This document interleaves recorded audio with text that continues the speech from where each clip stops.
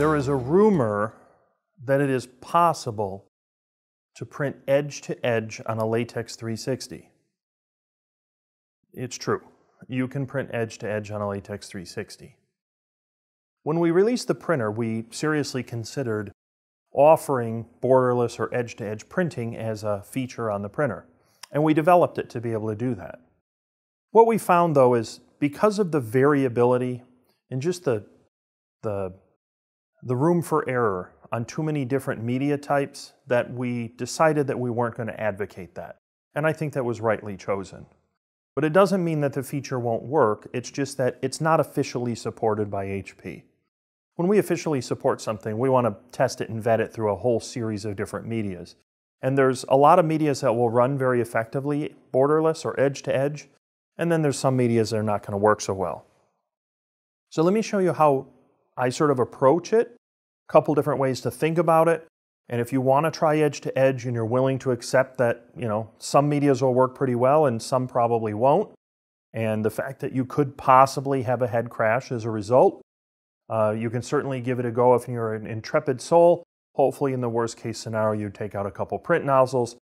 Best case scenario, it works perfectly for you. So let me show you a couple approaches and see what you think.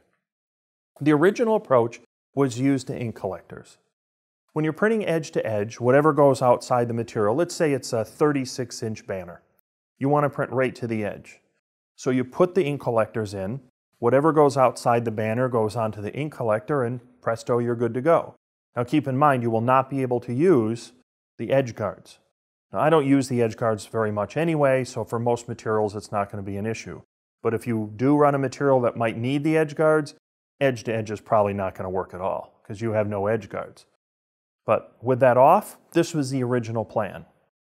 Now the trouble with that to some degree of running with the ink collectors on is a lot of medias, depending on the media, especially without tension, will try to kind of sag a little bit there, and that can affect your image quality. It can elongate text, other problems.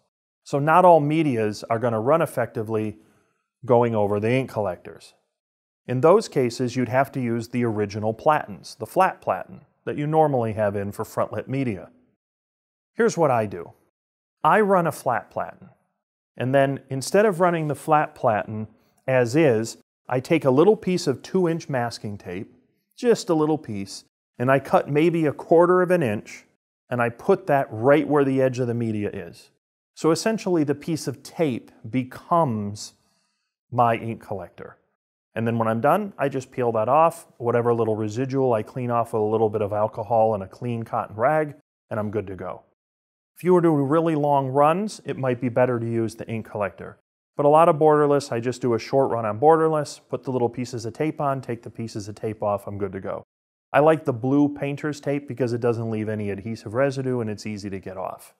Now obviously, HP's engineering team is not going to create an application where essentially putting small pieces of tape on the platen is a solution for us. That's not what we do.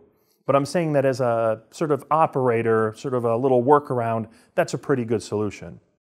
What I like about it is it still preserves the nice flat platen and almost all of the vacuum holes. And the vacuum on this is thereby very effective. I try to even put the blue tape where it doesn't cover the vacuum holes as possible, because I don't want those edges to be deprived of vacuum. I want vacuum all the way through the material. Now, another thing to keep in mind when you're running edge to edge, you have to go in the RIP and tell the RIP exactly the size of the media that's on there. So if this material was 36.15 inches, what you do is you go into Onyx and you say, create a new roll. You say 36.15 inch roll, (NM), capital NM. If you look in Onyx, for example, or any of the RIPs really, you'll see the NM designation. NM means no margin. Hence we were planning to do this, we just couldn't get enough media as we thought it might be too many problems. But those NMs are left over from that attempt. So built into Onyx is NM, but it has to be named exactly the size that's on there. So in many cases, it's not just 24 inches, it's 24.125. That's the size of the media. You do (NM), you'll see the nomenclature. That's what you follow to do borderless or edge-to-edge printing. So hopefully you choose a media that makes sense, something that's stable, and good luck with your borderless printing attempts. Just wanted to give you a little workaround. If you want to try it, give it a go. These are some of the ways that we've been doing it in our demo center.